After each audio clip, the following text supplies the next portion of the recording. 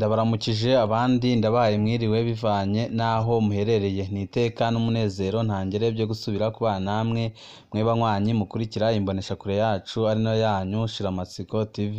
Ni imboneshakure imwe rudende dushikiriza inkuru n'ibiganiro utaronka ahandi. Uyu ni umwanya w'amakuru agezweko ari kuvugwa ngaha mu gihugu c'u Burundi.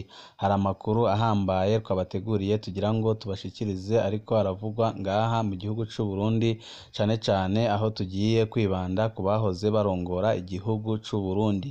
Ni amakuru menshi atandukanye kandi arimo ibintu byinshi. Ico wowe usabwa nta kindi ni ukuyumviriza kugeza aheze. Niba wipfuza kuzajya bo mu mbere bashikirwa n'inkuru n'ibiganiro utaronka ahandi, ico usabwa nta kindi pyonda kuri sabone kugira ngo ko dushizeho amakuru n'ibiganiro bene nk'ibi ujye uba wa mbere mu gushikirwa nabyo. Impfu z'abahoze barongoye Uburundi. Kuva kwikukiye Uburundi bumaze kurongorwa n'abagabo 10, abami 2 n'abaperezida 8. Indwi muri abo 10 baramaze gusandara, 3 bapfuye bakiri mu butegetsi mu gihe 4 bari baravuye ko 5 bapfiriye mu mahanga mu gihe 2 bapfiriye mu gihugu. Biragoye kumenya neza ibitigiri by'abishwe n'urwabo be n'abagandaguwe. 5 bashinguwe mu gihugu mu gihe umwe yashinguwe mu mahanga, uwundi umwe atawuzi imva yiwe aho iri ngaha mu gihugu c'u Burundi. Igihe Burundi bwikukira kwa mbere mu kakaro umwaka w'1962 bwari burongowe n'umwami Mwambutsa wa 4 Bagiricenge. Inyuma y'imyaka 3 gusa mw'ijoro rya 18 rishira wa 19 gitugudu 1965 ikirimba c'umwami caratewe n'abasirikare bari bashaka kumugandagura no kumubogoza ku butegetsi. Imana yarakinze umwami ararusimba imbere yo gutabarwa n'abandi basirikare. Nyuma y'ico gitero umwami Mwambutsa yagiye mu Busuwisi aho yagumye gushika atembagajwe ku ngoma ku wa 8 mu kakaro umwaka w'1966. Ico abarundi batamenyeshejwe muri ico gihe cose nuko umwami wabo yari agwaye. Ku wa 8 mu kakaro 1966 umwami Mwambutsa wa 4 Bagiricenge yarakuwe ku ngoma n'umuganwa Samuragwa Karori Ndizeye ashigikiwe n'abasirikare bari barongowe na kapiteni Michel Micombero. Umwami Mwambutsa ntiyigeze asubira kubona Burundi gushika asandavye kwa 28 Ndamukiza umwaka w'1977 i Geneve mu Busuwisi, ari naho yashinguwe mu itongo ry'abapfuye ryaho ngaho nyine mu Busuwisi. Umwami Mwambutsa wa 4 Bagiricenge yajanye agahinda kenshi. Burundi bwaramuhemukiye bugandagura abahungu biwe Rudoviko Rwagasore na Karori Ndizeye, umunyaga amatungo yiwe bumwambura iteka ry'umwami. Ni nayo mpamvu yoba yatumye agenda yanditse ko atifuza guhambwa i Burundi. Muri 2012 leta y'u Burundi yasabye gutahukana ibiziga byiwe maze baramuzana. Amaze amezi menshi muri morgue, mu nyuma asubira guhambwa irya kabiri. Umwami Mwambutsa wa 4 Bagiricenge yari yavutse kwa 13 Ntwarante umwaka w'1911, yasandavye ku myaka 66. Uwarongoye igihugu bugira kabiri kuva bwikukiye ni umwami Ntare wa 5 Karori Ndizeye. Umuganwa Ndizeye yari umuhungu w'umwami Mwambutsa wa 4 Bagiricenge, akaba na murumuna w'umuganwa Rudoviko Rwagasore Kurisi. Umuganwa Karori Ndizeye yafashe ubutegetsi kwa 8 mu kakaro 1966 afatikanije n'abasirikare bari barongowe na kapiteni Michel Micombero.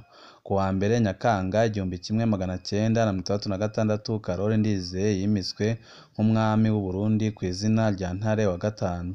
Igihe yimikwa Ntare wa 5 yari asigaje amezi 2 ngo akwize imyaka 19 y'amavuko. Kwa 28 Munyonyo 1966 mu gihe yari mu rugendo Kinshasa mu gihugu ca Congo, umwami Ntare wa 5 Karori Ndizeye yaratembagajwe n'abasirikare bari barongowe n'umushirangoma wa mbere kapiteni Michel Micombero. Inyuma yaho Karoli Ndizeye yahungiye mu gihugu c'Ubudagi aho yakorana n'amahinguriro adandaza ibigwanisho n'ibikoresho bya gisirikare. Mu gihe yari mu rugendo rw'akazi mu Buganda muri Ntwarante 1972, umwami Karoli Ndizeye yaragurishijwe Perezida Idi Amin Dada amurungika kuri kuruyeri Perezida Michel Micombero i Bujumbura. Karoli Ndizeye yafashwe acururuka indege ku kibuga c'indege ca Bujumbura aja gupfungirwa mu ngoro y'Igitega. Igihe hateye ikiza co mu mwaka w'1972 kwa 29 na Mukiza mu mwaka w'1972, umwami Ndizeye yajanywe mu ikambi y'abasirikare batayo komando bamwica bamusogose ikibugita, bongera bamuhohosha n'amasansi. Ikiziga c'umwami ntikirigera kiboneka iyo catawe. Bamwe bavuga ko yahambwe mu kinogo rusange hamwe n'ibiziga by'abaroberi bateye ico gihe, abandi bavuga ko ikiziga catwawe ku nkorofani baca bagita niyo nkorofani nyine mu kinogo c'umusarani hafi y'ibohero rikuru rya Gitega. Umwami Ntare wa gatanu Karoli Ndizeye yavutse ku wa 2 Kigarama 1947, yasandavye arenza gato imyaka 24. Wa gatatu yarongoye Burundi ni Kapiteni Michel Micombero kuva ku wa 28 Munyonyo 1966 gushika ku wa 1 Munyonyo 1976. Niwe yatembagaje ingoma y'ubwami aca aba uwa mbere arongoye igihugu yitwa Perezida wa Repubulika. Igihe atembagajwe mu mwaka w'1976, yarabanje arapfungirwa mu ntara ya Ngozi, mu nyuma baramurekura ahungira muri Somalia kwa mugenzi we Perezida Said Barre muri ico gihugu c'ubuhungiro. Perezida Micombero yaciye yiga kaminuza ibijanye n'ubutunzi. Amaze kurangiza amashuri yiwe mu mwaka w'1982, Perezida Micombero yoba yarasabye ko yotwitahira i Burundi akiberaho ubuzima busanzwe. Hari n'ibihugu nka Algeria byoba byaramusabye ko yojayo akigisha muri kaminuza. Ibyo byose byoba byarateye ubwoba intwaro ya Perezida Bagaza. Havugwa byinshi bitandukanye kuri ibyo bihe bya nyuma by'ubuzima bwa Perezida Micombero.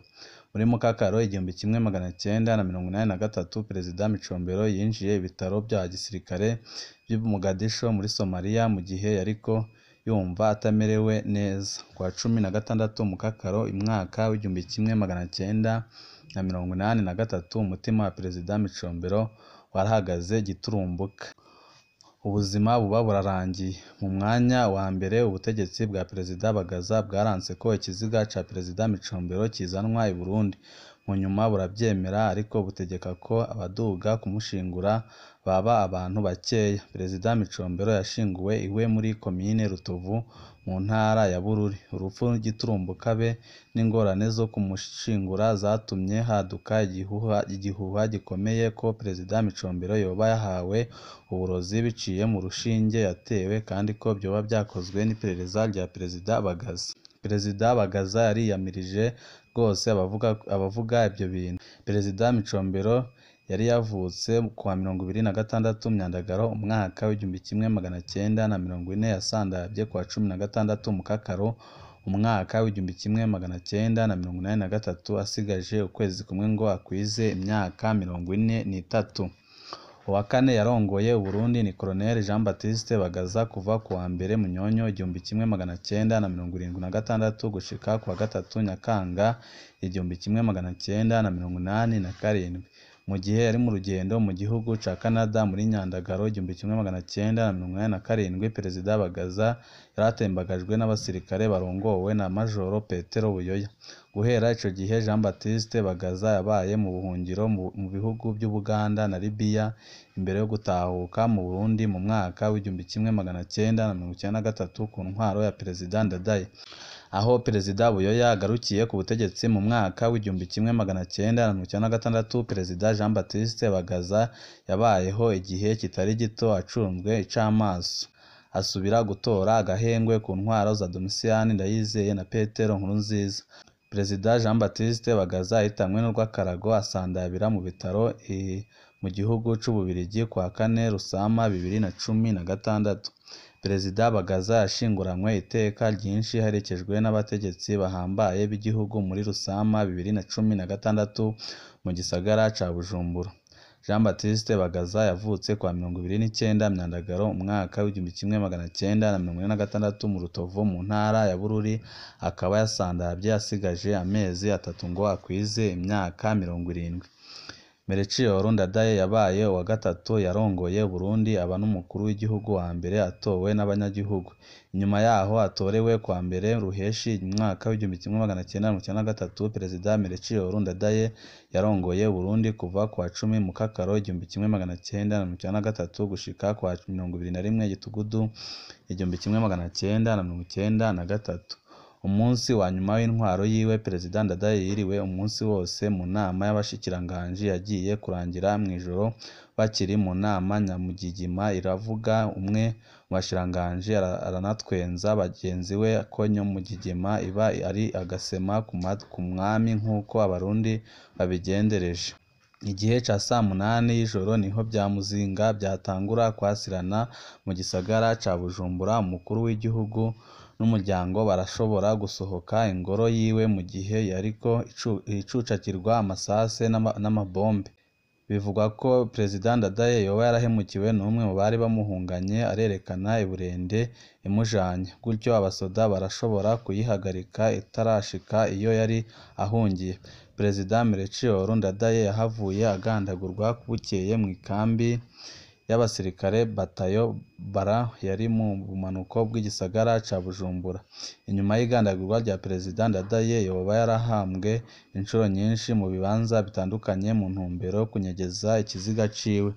Muri Kigarama umwaka w'1993, Perezida Melchior Ndadaye na bagenzi be barashinguwe mu kibanza citiriwe Incungu za Demokarasi kiri hafi y'ingoro yabayemwo nk'umukuru w'igihugu mu gisagara ca Bujumbura, ari nayo ngoro y'umwami Mwambuzi. Perezida Melchior Ndadaye yavutse kwa 28 Ntwarante umwaka w'1953, yasandavye ku myaka 40 n'amezi 7.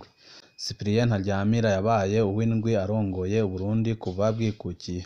Kuva kwa 5 Ruhuma umwaka w'1994 gushika kwa 6 Ndamukiza umwaka w'1994, Perezida Ntaryamira yarongoye igihugu mu gihe kitoroshe mu Burundi no mu karere.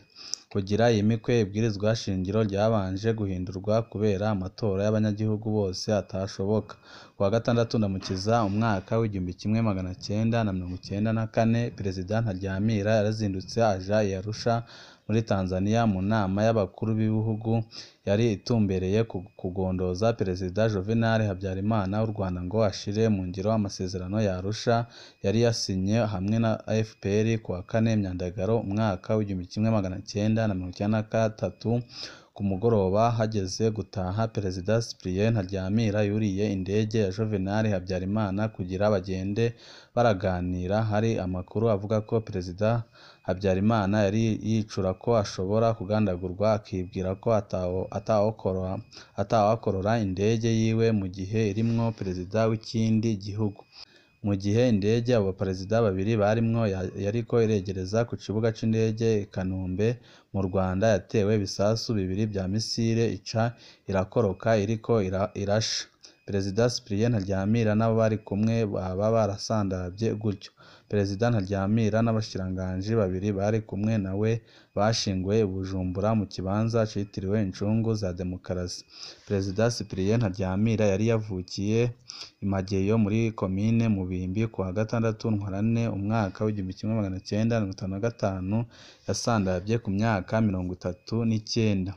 Uw'icumi mu kurongora Uburundi ni Petero Nkurunziza. Perezida Nkurunziza yashikiye ubutegetsi muri Myandagaro 2005 atowe n'inama nshingamateka na nkenguzamateka, aguma arongoye igihugu mu kiringo c'imyaka 15 gushika kwa 8 Ruheshi 2020. Niwe mukuru w'igihugu yatwaye Uburundi igihe kirekire kuva rwikukiye. Perezida Petero Nkurunziza yapfuye giturumbuka kwa 8 Ruheshi 2020 mu bitaro. Natwe turashoboye by'Ikarusi. co kimwe n'urwa Perezida Micombero. Urupfu rwa Perezida Nkurunziza ruriko ruvugwa ko byinshi. Co kimwe n'urwa Perezida Micombero, urupfu rwa Perezida Nkurunziza ruriko ruravugwa ko byinshi. Kw'igenekerezo rya 6 Ruheshi, Perezida Nkurunziza yinjiye ibitaro yumva atameze neza. Bukeye yari yumva yakize, anasaba ko yokwitahira, ariko abaganga bamusaba kurindira. Ku wa mbere mu gatondo aca aracikana giturumbuka. Kuri bamwe, Perezida Nkurunziza yoba yishwe n'ikiza ca coronavirus. Ku bandi, Perezida Nkurunziza yoba yishwe n'isumu. Leta y'u Burundi yo ivuga ko yishwe n'umutima wahagaze giturumbuka nk'uko byavuzwe kuri Perezida Micombero. Ntawe uzi ko ukuri kose kuzoteba kukamenyekana kuri izo mpfu zibiri. Perezida Pierre Nkurunziza yavutse ku wa 18 Kigarama umwaka w'1964 Ibuye mu ntara ya Ngozi. Yasandavye ku myaka 55 n'inusu. Kimwe mu bintu byagiye biraboneka muri kahise ku Burundi nuko ata mukuru w'igihugu yoroherwa ku ntwaro y'uwamusubiriye.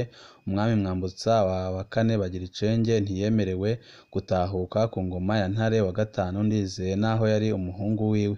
Umwami Ntare wa gatanu Karoli Ndizeye yarishwe biteye isoni ku ntwaro y'uwamusubiriye Michel Micombero, naho bari barigeze gusangira ubutegetsi.